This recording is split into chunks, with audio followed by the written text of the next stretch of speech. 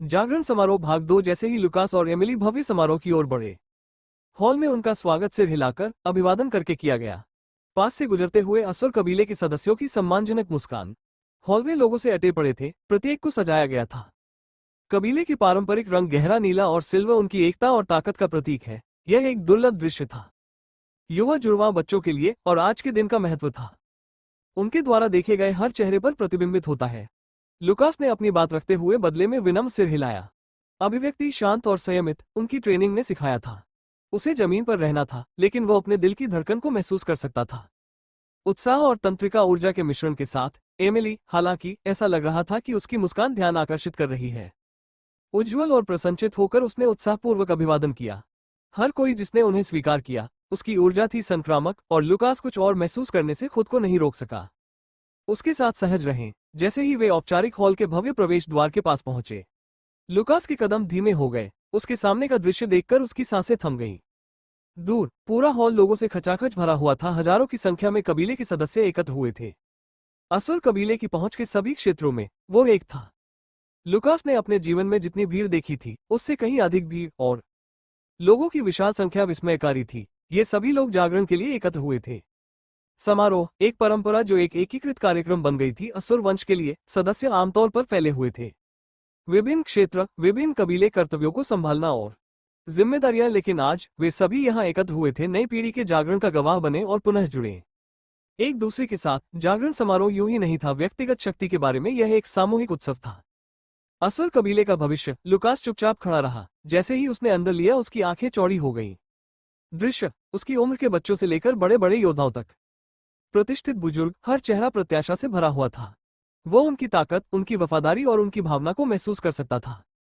गर्व, वो जानता था कि असुर कबीला विशाल था और शक्तिशाली, लेकिन ये पहली बार था जब उसने वास्तव में इसे महसूस किया। इसका वजन, ये जबरदस्त था, फिर भी इसने उसे जोश से भर दिया। अपनेपन और उद्देश्य की गहरी भावना। उसके बगल में एमिली भी उतनी ही मंत्रमुग्ध लग रही थी। बिल्कुल अलग कारण, उसका उत्साह स्पष्ट था।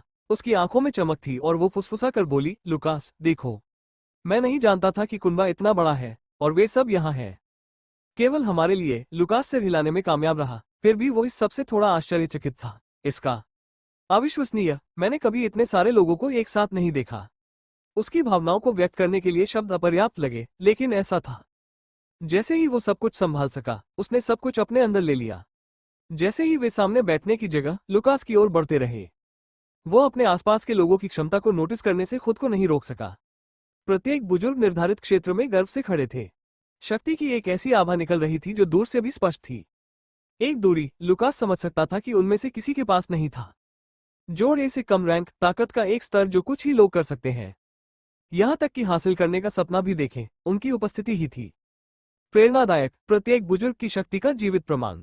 असुर कुल का अनुशासन। प्रत्येक कदम के साथ लुकास को अपना वजन महसूस हुआ। उम्मीदें उस पर हावी हो रही हैं। वो इसका उत्तराधिकारी था। महान विरासत, और आज का जागरण उनका पहला कदम था उस भूमिका को पूरा करना। ये कठिन था, फिर भी उसका दृढ़ संकल्प ही था। जैसे जैसे वो आगे की सीटों के पास पहुंचा, वो मजबूत होता गया। एमिली, जैसे ही वे बैठने वाले थे, एक परिचित आवाज आए, बाहर। लुकास, रुको। लुकास आश्चर्यचकित होकर पीछे मुड़ा और उसने दो परिचितों को देखा।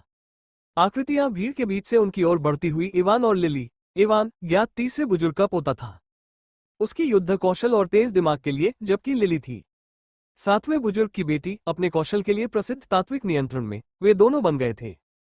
हाल के वर्षों में लुकास के दोस्त अक्सर उसके साथ जुड़ते रहे हैं। सुबह सुबह प्रशिक्षण सत्र। उनकी कम उम्र के बावजूद उन्होंने लुकास कबीले के आदर्शों के प्रति समर्पण साझा किया, प्रशंसा की। बड़ा दिन हो लुकास, इवान ने पहुंचते ही मुस्कुराते हुए कहा।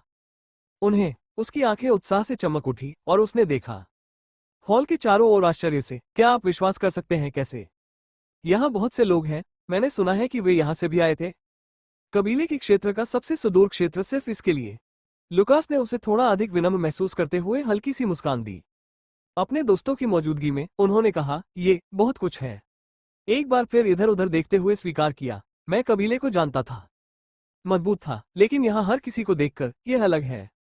लिली धीरे से हंसी, उसे एक दोस्ताना इशारा दिया, हम प्राप्त कर लेंगे। इसका उपयोग किया जाता है लुकास, आखिरकार आप वारिस हैं, लोग देखेंगे। यह आप पर निर्भर करता है कि आपको इसका एहसास है या नहीं। आज बस यही है। शुरुआत। एमिली उनकी बातचीत सुनकर लिली के करीब झुक गई। शरारती मुस्कान के साथ उसके शांत चेहरे को तुम्हें मूर्ख मत बनने दो, मैं शर्त लगा लो। वो अंदर से पूरी तरह से सदमे में है। इवान अपनी बाहें क्रॉस करते हुए हंसा। ऐसा लगता है सही, यहां तक कि लुकास भी आज पूरी तरह शांत नहीं रह सकता। हो, लुकास ने उन्हें एक अजीब सी मुस्कान दी, लेकिन वो इसके लिए आभारी था।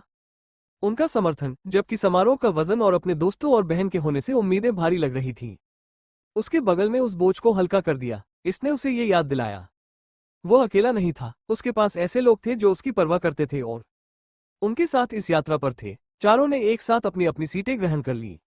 वे समारोह शुरू होने का इंतजार करने लगे। वे करेंगे अपनी बारी आने से पहले अन्य जागृतियों को देखें, और लुकास ने स्वयं को इसे देखने के लिए उत्सुक पाया। उसके साथ ही कबीले के सदस्यों की ताकत, ये समारोह एक था पारित होने का संस्कार जिसने उनकी यात्रा की शुरुआत को चिन्हित किया। असुर विरासत के योद्धा और रक्षक के रूप में जब वो वहां बैठा था, दोस्तों और परिवार से घिरा हुआ था, लुकास महसूस हुआ कि शांति और उद्देश्य की भावना उसके भीतर बस गई है। आज ये सिर्फ उसके लिए एक दिन नहीं था, ये पूरे कबीले के लिए एक दिन था, उनकी एकता, ताकत और साझा भविष्य का उत्सव। इवान, लिली और एमिली के साथ लुकास को लगा कि वो इसके लिए तैयार है। जो कुछ भी सामने है उसे गले लगाओ। यह उसकी शुरुआत थी, उसकी असुर कबीले का नेता बनने की दिशा में पहला कदम आवश्यकता है।